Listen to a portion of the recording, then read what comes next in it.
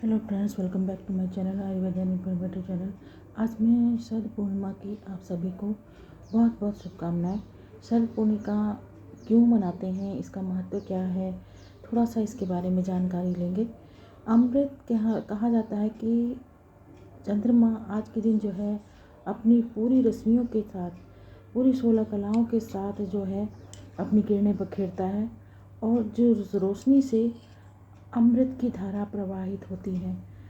इसीलिए जो है उस ओस की बूंदों के द्वारा जो अमृत निकलता है वो हमारे खीर के प्रसाद में आ जाता है।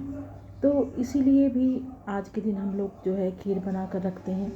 ये देखिए, मैंने तो मेवों की खीर तैयार की है। कुछ लोग पोहे वगैरह डाल के भिगा के रखते हैं, कुछ लोग छोले बोलते हैं उसको, और बुला के कुछ लोग खीर भी बनाते हैं। जैसे भी आपके यहाँ होता हो ऐसा ही कीजिएगा। और जो इस पूर्णिमा को मतलब व्रत के उपरांत बनते हैं, इसमें तुलसी दल का जो है बहुत महत्व होता है। और तुलसी दल जो है, जैसे कि आज इतवार है तो कल ही तोड़ कर रख ली हो आपने तो ज़्यादा अच्छा है, अगर नहीं तो किसी से मांग लीजिए। कोई ना कोई ऐसा ज़रूर होता है जो तोड़ कर रख लेते हैं, क्योंकि संडे को हम तुलसी को हाथ नहीं लगाते हैं। माना गया है कि चंद्रमा की किरणों में उपचारी गुण होते हैं जो शरीर और आत्मा को पोषण देते हैं। और शरद पूर्णिमा के दिन लोग व्रत करते हैं और तुलसी माता की पूजा भी करते हैं। तो बहुत सी चीज़ें हैं, उसका हो सकता है मैं बड़ा वीडियो नहीं डालूँगी, छोटा ही वीडियो डाल रही हूँ। तो जो चंद्रमा की जो रोशनी होती है, इसीलिए उसमें रात को खीर को रखा जाता है।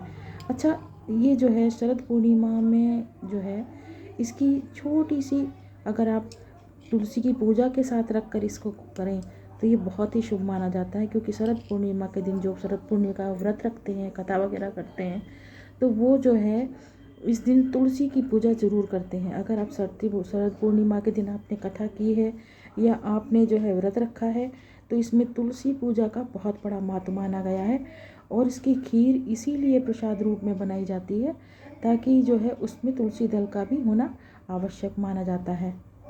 एक बताया था आपको, पौराणिक कथाओं के अनुसार इस दिन जो है विशेष महत्व इसलिए भी माना जाता है। शरद पूर्णिमा के दिन चंद्रमा अपनी पूरी 16 कलाओं के साथ निकलता है। भगवान कृष्ण की पूजा भी करते हैं, क्योंकि उनके पास भी 16 कलाएं थी। और शरद शब्द भी शरद ऋतु के शुरुआत का प्रतीक माना जाता है, जिसका अर्थ है सर्दी का मौसम आने वाला है। तो इसलिए भी शरद पूर्णिमा एक तरह से अनुष्ठान माना जाता है। और आप कहीं भी रहें, किसी भी रूप में रहें, देखें कि शरद पूर्णिमा के दिन का मौसम अलग ही होगा। पूर्णिमा को ही कोजागरी पूर्णिमा भी कहा जाता है, रास पूर्णिमा भी कहा जाता है। हिंदू पंचांग के अनुसार अश्विन मास की पूर्णिमा को कहते हैं शरद पूर्णिमा। और ये जो है ज्योतिष पूरे वर्ष भर में केवल इसी दिन चंद्रमा अपनी 16 कलाओं के साथ परिपूर्ण रूप से होता है। इसलिए इसको कोजागरा व्रत भी रखते हैं। कुछ इलाकों में जो है इसका जो है कौमुदी व्रत भी रखा जाता है। तो इसके बहुत सारे महत्व हैं। माना ये भी जाता है कि जो श्री कृष्ण ने महारास रचाया था, वो इसी शरद पूर्णिमा के दिन ही रात्रि में महारास रचाया था, जिसमें भगवान महादेव भी जो है वेश बदल कर आए थे। तब यही दिन था, जो आज ही का दिन है, जो शरद पूर्णिमा का, वो आज ही का दिन था। भारत में सभी अधिकतर रात को खीर बनाकर चांदनी रात में रखने का विधान माना गया है। पर आज मौसम बहुत ख़राब है, तो हम कब से किस टाइम रखें, ये भी बहुत ज़रूरी है जानना। जो है आज 5:52 पर होगा। और चंद्रमा निकलने के बाद ही चंद्रमा के साथ साथ माता तुलसी की पूजा की जाएगी।